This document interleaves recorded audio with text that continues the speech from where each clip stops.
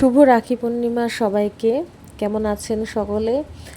এই যে ভাত বেড়ে নিচ্ছি, আজকে দুপুরে সবাই ছুটিতে, তাই বাড়িতেই আছে। সকালবেলা অনেক খাওয়া দাওয়া হয়েছে, মিষ্টি টিষ্টি, তার জন্য আজকে দুপুরের আয়োজন খুবই সামান্য।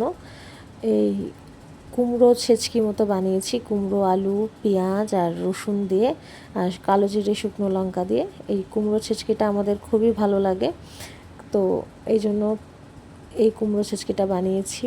আর আছে আজকে ওই ডিম। আজকে মাংস আনতে গেছিলাম কিন্তু মাংসটা পাইনি।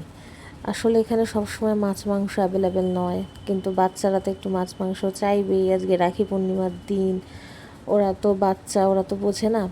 তো যার জন্য আজকে ডিম কষা বানিয়েছি। আর ভগবানের প্রসাদ আর আপনাদের দেখালাম না, কারণ ওই যে আপনারা বলেন এই খাবারের সাথে দেখাতে নেই, কিন্তু ভগবানকে আজকে ক্ষীর বানিয়ে দিয়েছিলাম, যেহেতু আজকে একটি বিশেষ দিন। তো পূর্ণিমার দিনে ওদের জন্য আজকে ক্ষীর বানিয়ে দিয়েছিলাম। তো আপনাদের রাখি পূর্ণিমা সকলের কেমন কাটলো? সবাই ভালো থাকবেন, সুস্থ থাকবেন, আপনজনদের নিয়ে আনন্দে থাকবেন, এটাই চাই।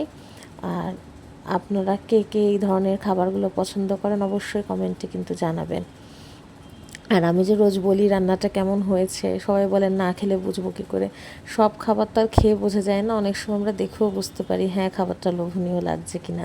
তো সেই জন্যই জিজ্ঞেস করি যে খাবারটা কেমন হয়েছে, দেখে বলার জন্য। যাই হোক, সকলে ভালো থাকবেন।